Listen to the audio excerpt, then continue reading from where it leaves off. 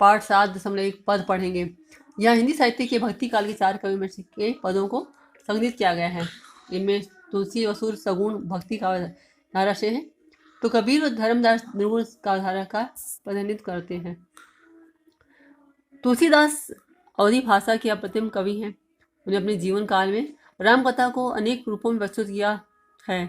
उनकी प्रमुख रचनाएं हैं रामचरितमानस, दोहावली, कवितावली, विनय पत्रिका इत्यादि हैं। यह दिया हुआ पद विनय पत्रिका से लिया गया है। सूरदास जी ब्रज भाषा के कवि हैं।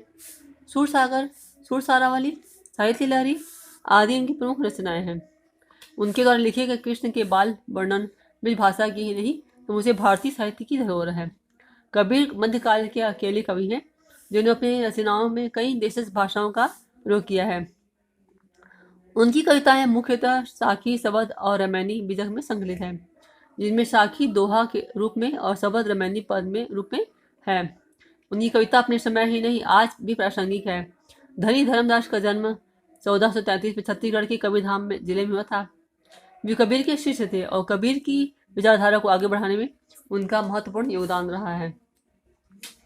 उनकी रचनाएं बाद में धर्मदास की बानी के रूप में भी प्रकाशित हुई। तुलसीदास की रचना जो है, मन पछतइये अवसर बीते, दुर्लभ दे पाई हरपद भज, करम वचन और हीते, सरस पाऊं दस बदन आदि निपवचन काल बलीते, हम हरि कर धनधाम सवारे अंत चले उठरीते, सुध बनतादि जान स्वारत न करूं देह सभीते, तू तो ही तजेंगे पामर तू न तजे अभीते, अब नाथी अनुराग जाग प्रजड़ त्यागो दुराशा जीते, बुझे न काम अग्नि तुलसी को विसो भोग गीते। प्रस्तुत पदांश जो है हमारी पाठ्य पुस्तक के पद नामक शीर्षक से ली गई है। यह पद गोस्वामी तुलसीदास द्वारा रचित विनय पत्रिका से लिया गया है। यहाँ पर प्रसंग जो है क्या बता रहा है कि मानव जन्म लेकर मनुष्य को भगवान की भक्ति करने को तथा संसारिक माया के बंधनों से छुटकारा पाने एवं संसार की नश्वरता का वर्णन कर कवि ने क्या बताया है। कवि क्या बोलते हैं कि मन पछताइये अवसर बीते, सो अवसर बीतने के बाद हे मन तुम्हें पछताना पड़ेगा, पश्चाताप करना पड़ेगा। बहुत ही मुश्किल से दुर्लभ दे पाए हरिपद वज, करम वचन और हिते। बहुत ही मुश्किल से मनुष्य जन्म प्राप्त होता है। शरीर के द्वारा हमको क्या करना चाहिए? मन वाणी और कर्म और वचन से भगवान का भजन कर ले।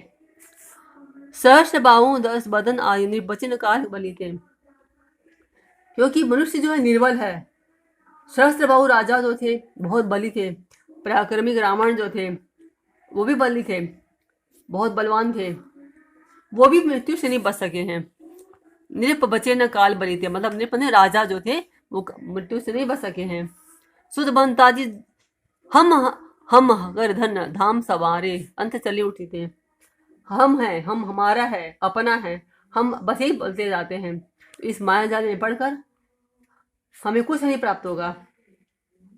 और जो ने जितना धन एकत्र किया, जो भी एकत्र किया है वो सब यहाँ छोड़कर मृत्यु को प्राप्त कर संसार से विरक्त हो जाते हैं, मुंह मोड़ लेते हैं, हम चले जाते हैं, खाली हाथ चले जाते हैं। सुध बनतादि जान स्वार्थ न कोर देहु सभी थे। सूत बंद होता है पुत्र, संतादि माने पुत्र, पत्नी जो भी हैं, धन है, जो हम हमारे हैं, सब स्वार्थी हैं। इससे प्रेम न करो, क्योंकि अंत में हम हमेशा ये क्या कर देंगे? छोड़ देंगे, त्याग देंगे। इसलिए हमें क्या करना चाहिए? अभी से इसका हमको प्यार त्याग कर देना चाहिए और इस माया मोह में न पढ़कर सिर्फ हरि का भजन ही करना चाहिए। अब नाथी नाग जागजड़ त्याग दुरासु जीते, बुझन काम अग्नि तुलसी को विषय भोग गीते। हमें कवि क्या कहते हैं कि हमें इसका अभी परित्याग करना चाहिए, क्योंकि हम मूर्ख हैं। हमको इस इच्छाओं को त्याग करके भगवान राम जो हमारे स्वामी हैं उनके प्रति प्रेम कर लेना चाहिए। तुलसीदास जी कहते हैं कि जब तक विषय वासना, मतलब हमारी मांग रूपी हमारी काम जो इच्छा है वो कभी संसार में समाप्त नहीं होगी। इसलिए हे मन भगवान का भजन करो और अपने जीवन को सार्थक करो, क्योंकि भगवान के भजन के बिना सभी दुनिया में सब चीज़ व्यर्थ है, निरर्थक है, उसका कोई अर्थ नहीं है। एक ही अर्थ है, जिसका अर्थ है वो है हरि का नाम, भगवान राम का नाम। तो तुलसीदास जी कहते हैं कि अवसर बीत जाने पर पछताना पड़ता है मनुष्य को। धन, पुत्र, पुत्रियां, घर, सगे संबंधी कोई काम नहीं आता, सिर्फ हरि का नाम ही काम आता है। अवसर बीत जाने पर पछताना न पड़े, इसलिए मनुष्य को भगवान का भजन कर लेना चाहिए, वही संसार में मोक्ष प्राप्ति का साधन है। अब यहाँ सूरदास जी की कविता है। खेलन हरि निकले ब्रज खोरी, कटी कछनी पीताम्बर बांधे, हाथ ले भौरा चक्र डोरी, गए श्याम और वितन्या के तट, अंग लगसी चंदन की खोरी, औचक ही देखी तह राधा नैन, विशाल भाल रोरी, नील बसन फरिया कट पहरे, बेनी पेठ रुलतली जगजोरी, संग लड़किनी चलिती आवती, दिन थोरी अति सवतन गोरी, खुश श्याम देखती रेजे, नैन नैन मिले परी ठगोरी।